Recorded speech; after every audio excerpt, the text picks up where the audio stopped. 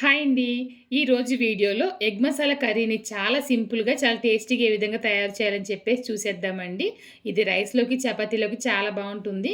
ఇంక దానికోసమైతే పుదీనా, అల్లం వెల్లుల్లి, ఉల్లిపాయ ముక్కలు, పచ్చిమిర్చి మెత్తగా గ్రైండ్ చేసి పక్కన పెట్టానండి. కడాయి పెట్టి ఆయిల్ వేస్తున్నాను. ఉడికించిన కోడిగుడ్లు ఘాట్లు పెట్టి దీంట్లో వేసి కొంచెంగా ఉప్పు, పసుపు వేసి బాగా ఫ్రై చేసి వేరే ప్లేట్‌లోకైతే తీసివేయాలనమాట.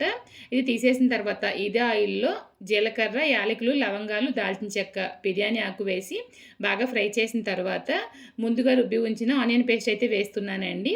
వేసిన తర్వాత కొంచెంగా సాల్ట్ వేసి బాగా ఫ్రై చేయాలి. తర్వాత దీంట్లో టమాటో ముక్కలు, పసుపు, కారం, గరం మసాలా, ధనియాల పొడి వేసి బాగా కలిపి మూత పెట్టి మగ్గనివ్వాలనమాట.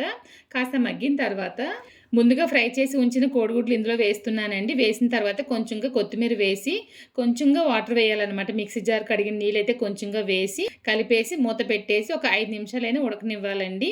ఇంక ఈరోజు నేను ఈ కర్రీ కోసం ఉపయోగిస్తున్న కడాయి వచ్చేసి ద ఇండస్ వ్యాలీ నుంచి తీసుకున్న క్యాస్ట్ ఐరన్ కడాయి అనమాట. ఇది చాలా క్వాలిటీగా అయితే ఉంటుందండి.